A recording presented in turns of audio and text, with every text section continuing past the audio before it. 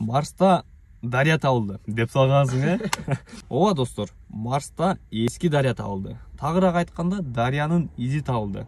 Марста мурун суу болгон, көл болгон, бир нече дария аккан да. Анан кандайдыр бир себептерден улам Марс азыркыдай кызыл планетага айланып калган да, кыпкызыл болуп, күйүп, кум, топурак болуп калган. Мунун себептерин азыр окумуштуулар издеп атышат.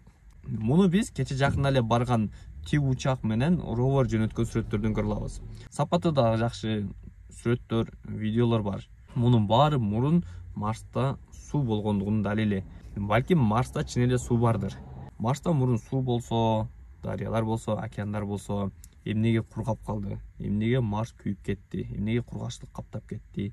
Балким ал жакта микроорганизмдер жашаган болсо, алар эмнеге өлүп калды деген себепти издеп атышат да. Азыр деле жерде климат алмашып, күн ысып, мөңгүлөр эрип, кургакчылык уктуруу күчөп баратат да.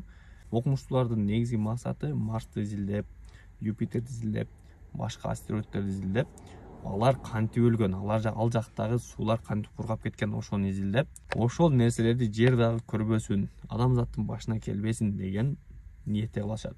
Негизинен илим ушундай.